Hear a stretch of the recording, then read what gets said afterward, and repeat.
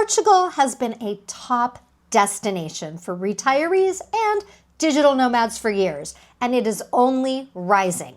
I've lived here since 2022, and while I absolutely love it, nowhere is perfect. This is a two-part series. One, the 5 things that I love about living in Portugal, which is this video, and the second, the 5 things that I hate about living here. Now, there are definitely more than 5 on both lists, which I may cover in future installments if you guys ask me to. But for now, here are my top 5 loves.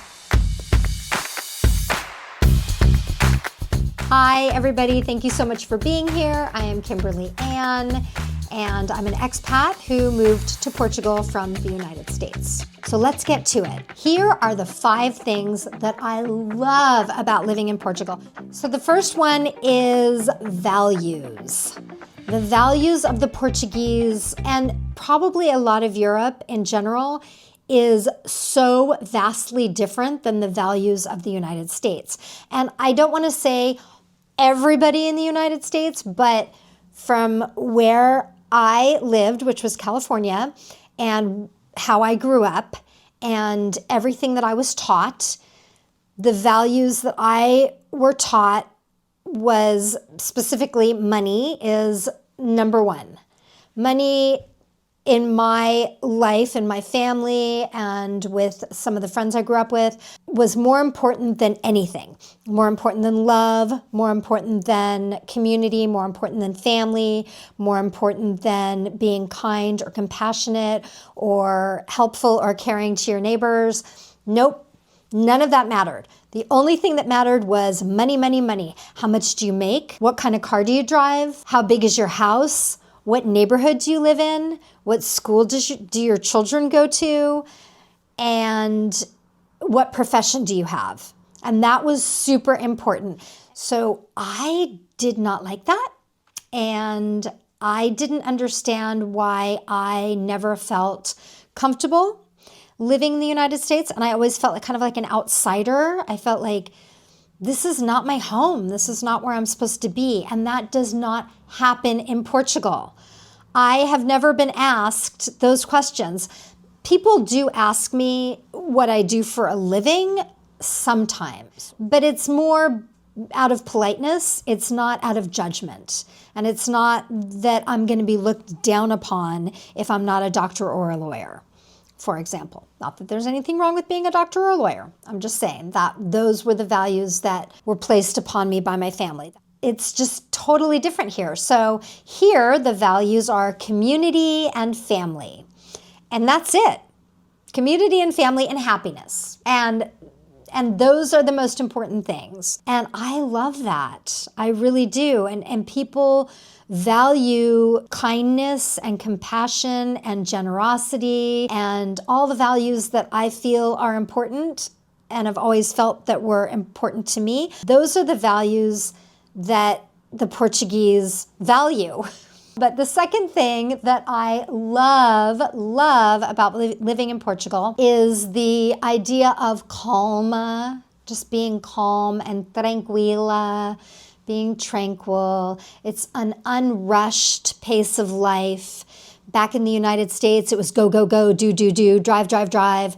When did you get it done? It had to be done yesterday. And I just always felt like I was running to not even keep up. I was always running to catch up. And I could never catch up because no matter how fast I went, I was always behind. And in Portugal, it is not like that. It is take a coffee, spend an hour or 2 having lunch with a friend. It's just a very different lifestyle, and it is promoted to be calm and to be tranquil and unrushed. And I love that. It's like take a breath, which I could not do in the United States. Was not possible. The third thing that I love about living in Portugal is the healthcare. It is universal healthcare, and it is from cradle to grave. You are fully taken care of. They have public and they have private. The private system is affordable. In the US, I was paying $1,500 a month for the lowest tier of healthcare, where my copays were $80 a visit, and nothing was covered. just emergency, maybe. And here, for the private, I pay 130 euros a month. Everything's covered. And my copay is 17 euros. So even if I didn't have the private, I could go to the public, and I have, and then I don't have to pay. And the public is amazing as well. You do have to wait longer to get in at times. I won't go into everything in this video, but I did have one pretty negative experience in the public. But again, it was just my experience, and other people have had amazing experiences. And I still do use the public healthcare for some things, but I also use the private, and I have had only amazing, fantastic experiences. If you are interested in hearing more about my specific healthcare experiences, I'm happy to make a video about that, but I don't want to take up too much time in this video. So comment below. And then number 4, I think it's number 4 now.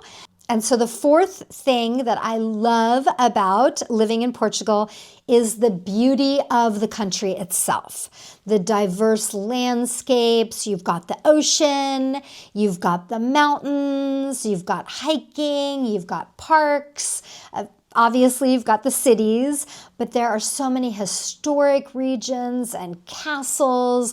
There's microclimates, so Sintra, for example, has this really weird microclimate where it's cold a lot and misty, and it's kind of mystical misty. It's really cool because there's a few palaces there, so it's kind of cool to go there when the mist is like hanging in.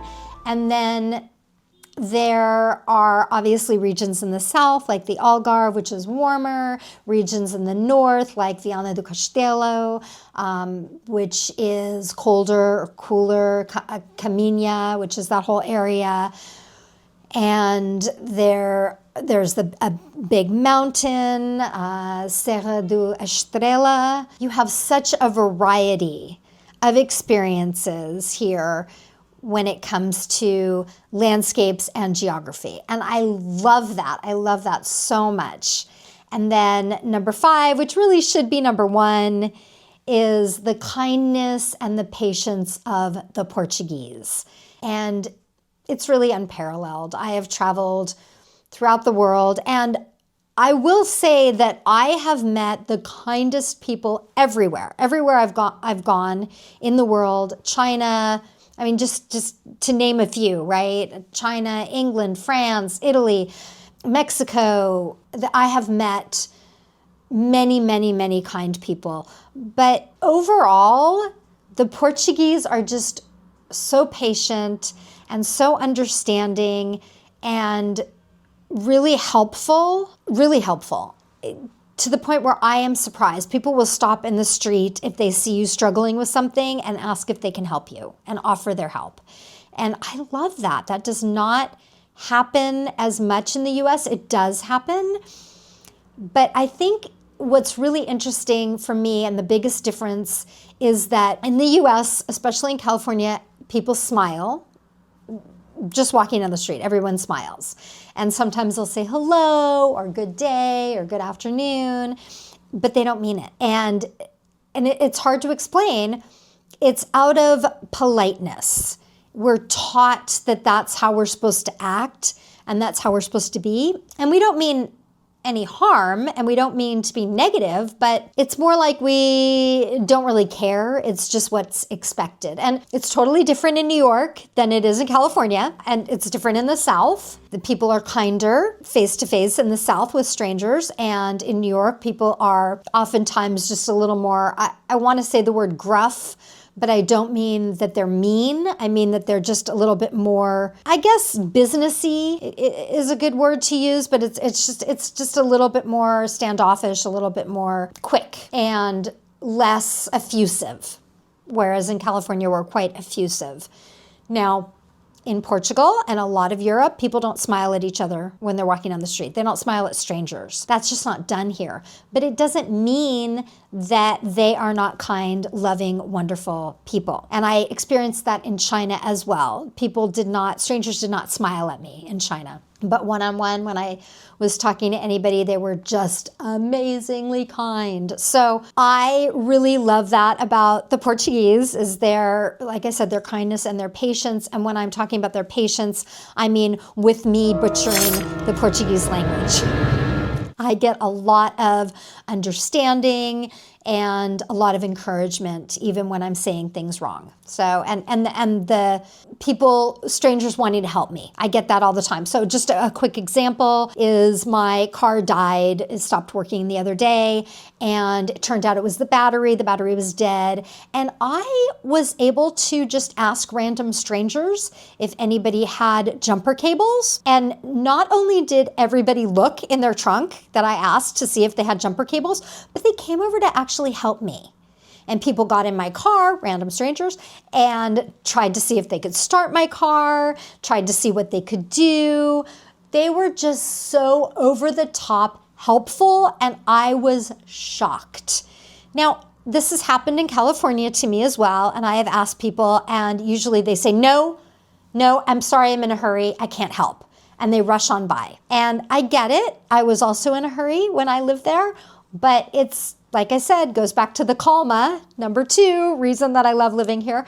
People are they're just more willing to help because they have the time and they have the patience. Those are the top 5 things that I love about living in Portugal. If you enjoyed this, please hit the subscribe button and turn on your notifications.